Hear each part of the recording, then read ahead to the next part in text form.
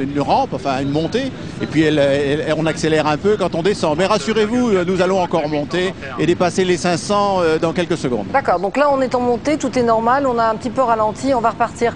Martin, vous avez senti ce tout petit ralentissement ou pas du tout? Martin Gouès en direct du TGV, vous m'entendez? Ah non, Martin ne nous entend plus. Donc en effet, il peut y avoir des variations, mais qu'on ne ressent pas quand on est dans le train. Puisqu'il y a des rampes et ça joue, bien que la puissance du train soit considérable. Voilà, on a passé le 518. Donc alors là, on a dépassé le record de 1990. Là maintenant, tous les records sont déjà battus. Ouais. Il n'y a aucun train au monde n'a été aussi vite que maintenant. D'accord. Il est déjà le plus rapide dans l'histoire. Et là, l'objectif, c'est quand même aujourd'hui d'essayer d'arriver à combien? Je ne sais pas, je ne peux pas vous le dire. Je peux vous dire que la vitesse de 600 km/h est à peu près impensable, d'après du moins Yves Machefer-Tassin, des plus grands ingénieurs. Il me l'a dit hier soir. On ne peut pas faire du 600 à cause des problèmes d'adhérence. Mais disons qu'entre cette vitesse-là et 600, vous avez toutes les latitudes que vous pouvez estimer. 560, 70 peut-être. Martin, vous êtes de nouveau avec nous au téléphone?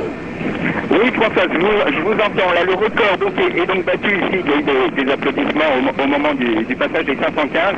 Maintenant, tout le monde est de nouveau nerveux. La vitesse est vraiment phénoménale. On a une impression de vitesse quand on est assis dans ce TGV phénoménal. On est légèrement écrasé contre son fauteuil. On sent bien les virages. C'est vraiment très très impressionnant et la vitesse augmente toujours. Comme je vous disais tout à l'heure, la comparaison avec les astronautes, vraiment on n'en est pas loin. On a l'impression d'être vraiment dans une fusée. Donc vous êtes bien assis et collé au fauteuil, Martin. On a perdu Martin Gouès. Mais il faut dire qu'à cette vitesse, c'est pas évident non plus de garder... Ce n'est pas évident de garder des liaisons. Vous pouvez remarquer le défilement des supports de caténaire. Vous voyez, c'est absolument extraordinaire. Ils ponctuent toutes les secondes. Vous voyez, absolument. Voilà. Le bruit doit être absolument infernal depuis l'extérieur. J'ai assisté au record à 515 en 90. C'était absolument assourdissant. C'est vrai. Et les cailloux du ballast volent sous les têtes. Ils sont entraînés par le vent de la course. Jean-Marie Messler, vos impressions en voyant cette progression continue? Vous croisez les doigts? Oui. Je dis jusqu'où iront-ils? Non, mais voilà, tout se passe bien. 560, nous y voilà. Des applaudissements autour de nous, car dans la salle de presse, tout le monde est rivé sur les grands écrans. Et à chaque seuil de vitesse, voilà les applaudissements successifs. Record de 81, record de 90.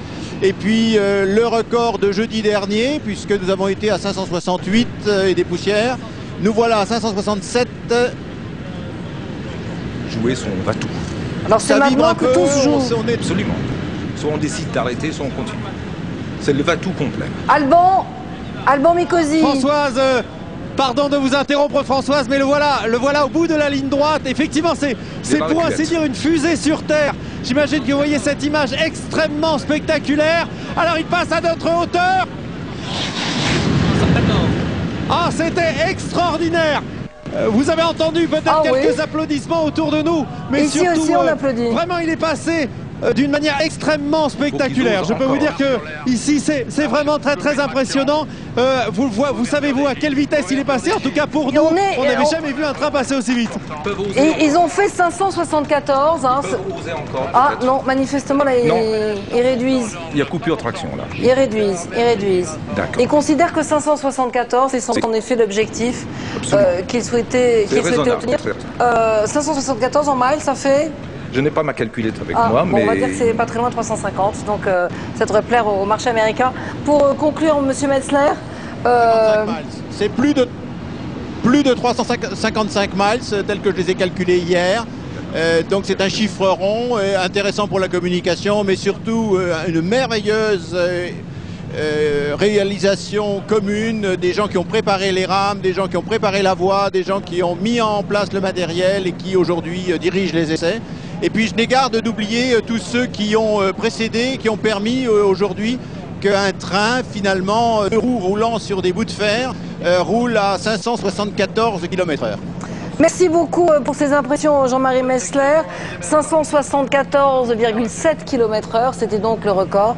C'est maintenant que c'est dangereux, parce qu'il faut ralentir. Il ne faut pas freiner. Merci, ils vont ralentir. Merci Clive. L'ami, j'ajoute qu'à 13h30 tout à l'heure, nous retrouverons en direct toute l'équipe qui était dans la motrice, à commencer par le conducteur qui nous donnera évidemment ses impressions.